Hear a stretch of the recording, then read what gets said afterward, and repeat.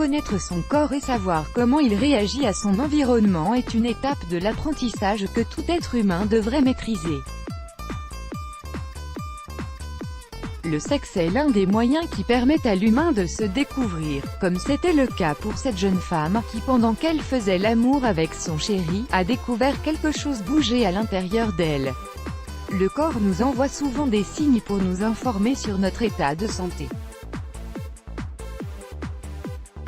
Sensation de bien-être ou de gêne, rien ne doit être négligé. Bien connaître son corps permet de détecter facilement toute anomalie persistante qui peut parfois être la conséquence d'un problème de santé sous-jacent. L'histoire d'Ellie et de son échographie qui a révélé la réalité. Ellie Taylor Davis, âgée de 28 ans, originaire d'Islington, en Angleterre, affirme que durant un rapport sexuel, son petit ami a littéralement senti quelque chose bouger en elle. La jeune femme n'a pas prêté une grande attention à ce qui s'est passé car elle a pensé que la gêne était tout simplement due à une indigestion. Image, mais la jeune femme avait complètement tort. Environ un mois après l'incident, Ellie s'est rendue chez son médecin pour un ajustement de son stérilet.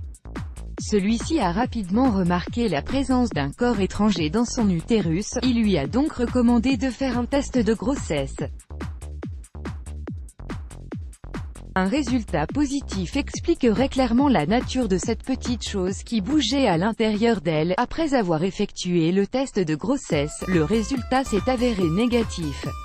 Il ne s'agit pas donc d'un fœtus. Les médecins ont donc insisté sur une échographie en urgence pour examiner la jeune femme et trouver des explications. Ellie était inquiète, elle avait plein de questions pour lesquelles elle ne trouvait pas de réponse auprès de son médecin. Son cerveau n'arrêtait pas de penser à toutes les éventuelles possibilités. Image, Ellie avait raison de s'inquiéter car son échographie a révélé la présence d'une tumeur carcinoïde de 16 cm. Une masse à croissance lente du système neuro-endocrinien. La tumeur se trouvait dans ses ovaires et son abdomen et affectait également ses organes internes.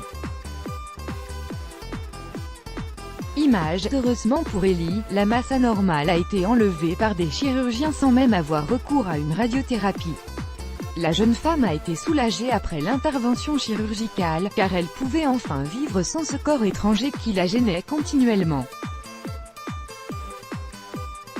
Tandis qu'elle était en période de convalescence, la jeune femme a voulu raconter son histoire afin de sensibiliser les femmes sur l'importance de connaître son corps et de ne négliger aucun nouveau symptôme.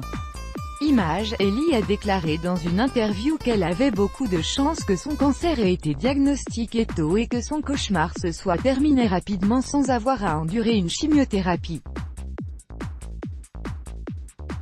Elle invite toutes les femmes à être vigilantes avec leur corps et à apprendre à le connaître. Elle sait parfaitement que cela peut être une question de vie ou de mort. Petit zoom sur le cancer de l'ovaire. Le cancer de l'ovaire est le plus grave de tous les cancers gynécologiques. Il se développe à partir des cellules qui composent les ovaires. Chaque cancer est unique en fonction des cellules impliquées, de son stade et son degré d'agressivité. Le traitement principal du cancer de l'ovaire est l'extraction de la tumeur ainsi que ses extensions en dehors des ovaires. Il est souvent recommandé de retirer complètement les deux ovaires, les deux trompes de Fallope et l'utérus. Dans des cas plus rares, une chirurgie conservatrice peut être envisagée afin de rendre possible une grossesse ultérieure, en laissant en place un ovaire, une trompe de Fallope et l'utérus. Une chimiothérapie n'est pas systématique, elle peut être nécessaire avant la chirurgie pour réduire la taille de la tumeur et faciliter son extraction, ou après la chirurgie, pour limiter les risques de récidive. Let's block ADS. Why?